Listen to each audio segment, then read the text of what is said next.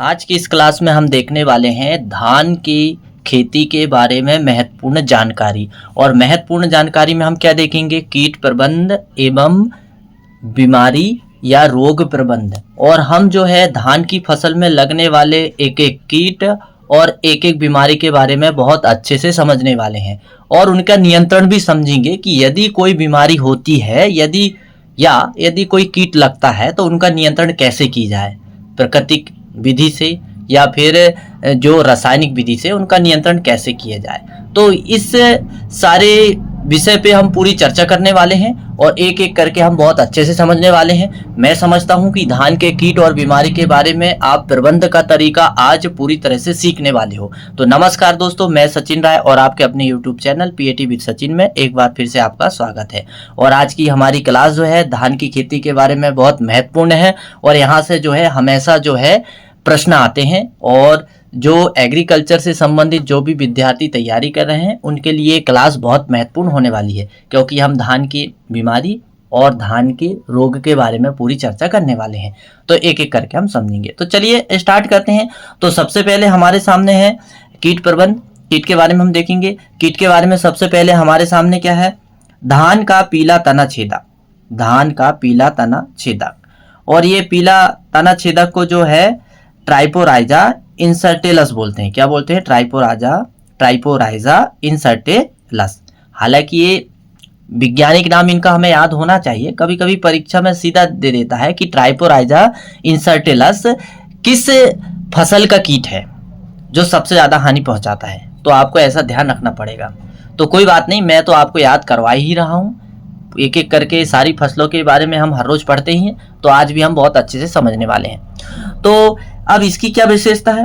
यह धान का एकल भक्षी एवं प्रमुख कीट है, या हम सीधे कह सकते हैं कि मोनोफेगस कीट है। कहने का मतलब ये हुआ ये धान की फसल को ही नुकसान पहुंचाता है, बाकी दूसरी फसल को नुकसान नहीं पहुंचाता है। और यह जो है धान की फसल का मुख्य कीट है। इसकी लटें पौधों के तने पर छेद कर प्रमुख प्रोहे को सूखा देती है, जो डेड हट कहलाती है। मतलब ये जब तने में छेद कर देता है तो जो बीज से जो निकलने वाली जो नए कलिका है उसको मार देता है। तो उसको मार देता है तो ऊपर की जो शाखा है वो सूखकर सफेद हो जाती है, और यह जो सफेद हुई जो क्रिया इसको हम डेड हट के नाम से जानते हैं। अब इसके बाद में क्या दिया है? जिन पौधों पर इस कीट का प्रकोप जल्दी होता है उनमें बालियां दाने के बिना रह जाती है, जिसे सफेद बाली कहते हैं। क्या कहते हैं? जिसे सफेद बाली कहते हैं। कहने का मतलब ये है बालियों में दाने नहीं बन पाते और बाली खाली रह जाती है, और खाली रहने के बाद वो सीधा सूख जाती है। तो ये हमने देखे धान का पीला तना छेदक। अब इसका नियंत्रण सीखेंगे, कैसे नियंत्रण करना है। हालांकि इसका नियंत्रण बड़ा आसान है। तो ये जो है ये कीट जो है सबसे ज्यादा बासमती धान को प्रभावित करता है। तो हमें क्या करना है? नियंत्रण कैसे करेंगे? नर्सरी अवस्था में इस कीट की मादा पौधों की पत्तियों के ऊपरी टिप पर अंडे देती है, अतः पौधों के लीफ टिप को काटकर जलावें। यानी कि सबसे ऊपरी भाग में जो है पत्तियों में, वहां पर ये इसकी मादा अंडे देती है। तो यदि हम धान की ऊपरी पत्तियों को काटकर फेंक दें तो अंडे जो है समाप्त हो जाएंगे, पत्तियों में अंडे चले जाएंगे, और हम उन पत्तियों को जला देंगे तो निश्चित ही अंडे पूरे समाप्त हो जाएंगे। और कीट का नियंत्रण इस तरह भी कर सकते हैं। यह एक कृषक विधि है। अब फिर अगला क्या है? इस कीट के लार्वा धान के पौधों के डंठल में सुसुप्त अवस्था में रहते हैं, अतः डंठल को जलाकर नष्ट करें तो ये जो है इस प्रकार से खेतों में नष्ट हो जाएंगे। या फिर हमारे पास एक बायोलॉजिकल विधि भी है। बायोलॉजिकल विधि में हम क्या काम करेंगे? बायोलॉजिकल तकनीकी यानी जैविक विधि में कौन सी विधि अपना सकते हैं इस कीट के नियंत्रण के लिए? तो इस कीट के नियंत्रण के लिए क्या होता है? अंड परजीव्याम आता है। मतलब अंडे में अपना जीवन निर्वाह करने वाला एक कीट आता है, जिसको क्या बोलते हैं? Trichogramma japonicum. क्या आता है? Trichogramma japonicum. ये ट्राइकोग्रामा जेपोनिकम एक कीट होता है जो इसके अंडे में अपना जीवन चक्र पूरा करता है। तो इसकी जो है इकाई दाई सैकड़ा हजार 10,000 यानी 50,000 प्रति हेक्टेयर प्रयुक्त करते हैं। 50,000 जो अंडे का वो 50,000 कीड़े का जो है हम इंसेक्ट का प्रति हेक्टेयर उपयोग करते हैं। तो ये जो है एक कीट जो है इसके अंडे को खाते हैं और नष्ट कर देते हैं।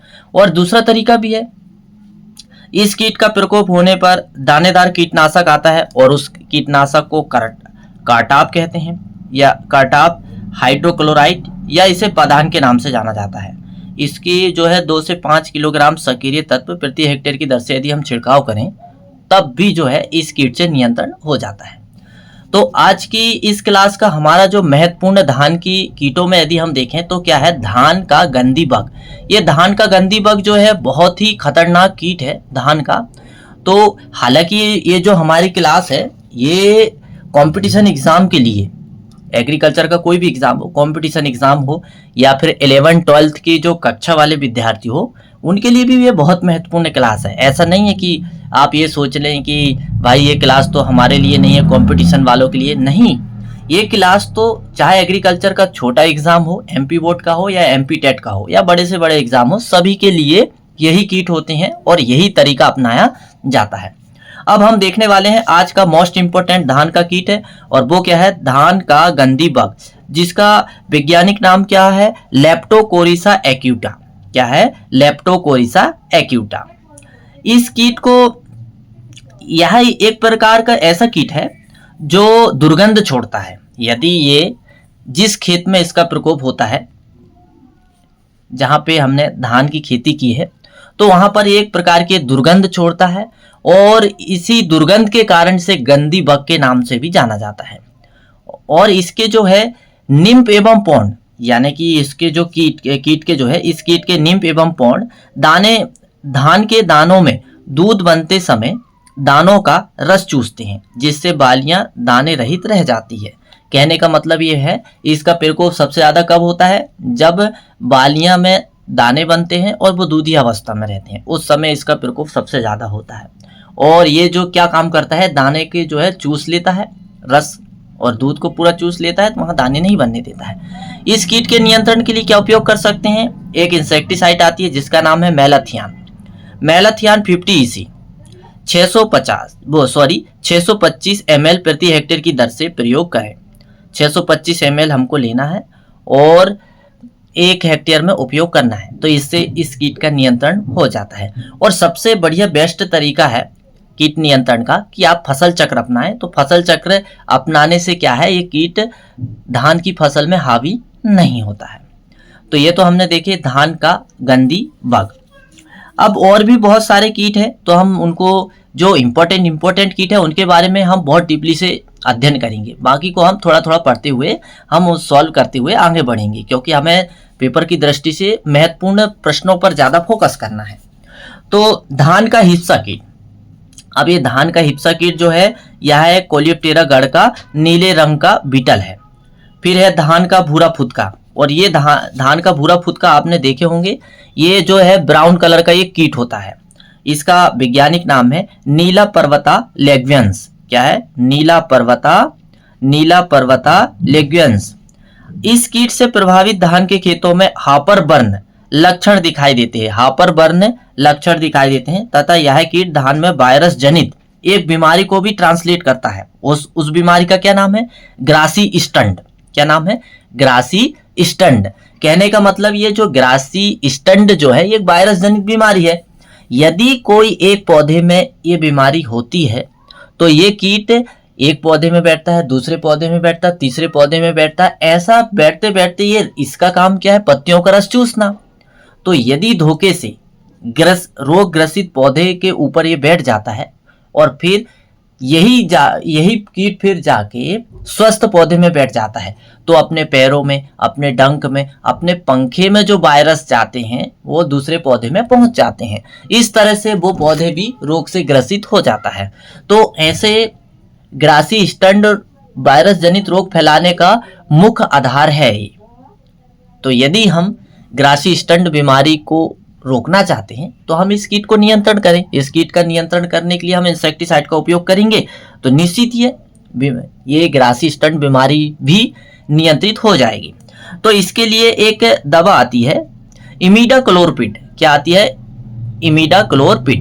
इमिडाक्लोरपिड। 100 ml प्रति हेक्टेयर की दर से छिड़काव करें तो इस कीट का नियंत्रण हो जाता है। जब इस कीट का नियंत्रण हो जाता है तो यह जो है ग्रासी स्टंट बीमारी में भी नियंत्रण हो जाता है। हालांकि जो है वायरस जनित बीमारी से बचने के लिए हमें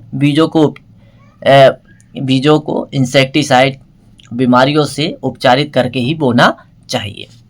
अब हम अगला कीट देखेंगे। अब अगला कीट क्या है, ग्रीन लीफ हॉपर, नेफोटेटिक्स वायरेसेंस। क्या है, नेफोटेटिक्स वायरेसेंस। यह धान के पौधों में वायरस जनित व्याधि टुंगरो डिसीज को फैलाता है।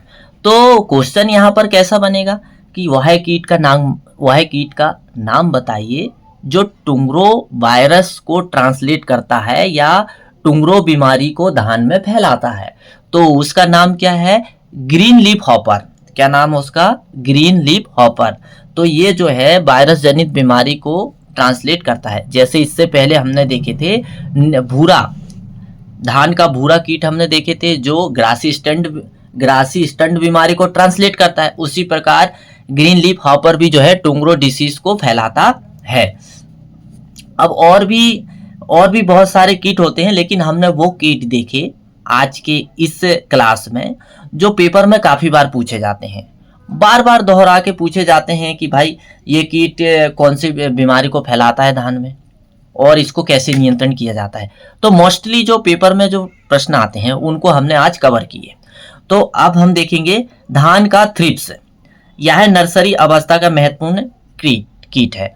धान का जो थ्रिप्स है यह नर्सरी अवस्था का महत्वपूर्ण कीट है। थ्रिप्स यानी कहे तो माहू, ये बहुत ही खतरनाक कीट होता है।